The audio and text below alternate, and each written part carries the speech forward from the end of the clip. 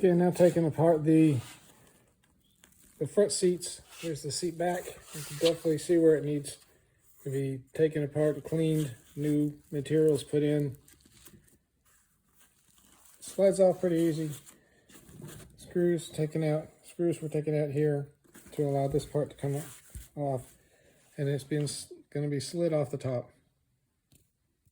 And now it's sliding off.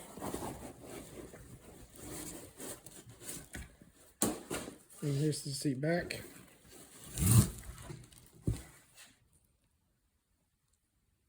Not sure how old this is, but it was refurbished at some point.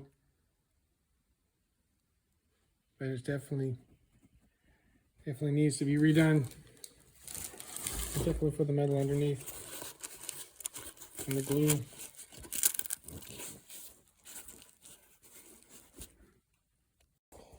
And here's another look at the front seat support material. Glued in place. This one's glued in place. And the foam has been marked. It's going to have 1 inch of the firm and 1 inch of the medium. And then the soft will be a small section on each side.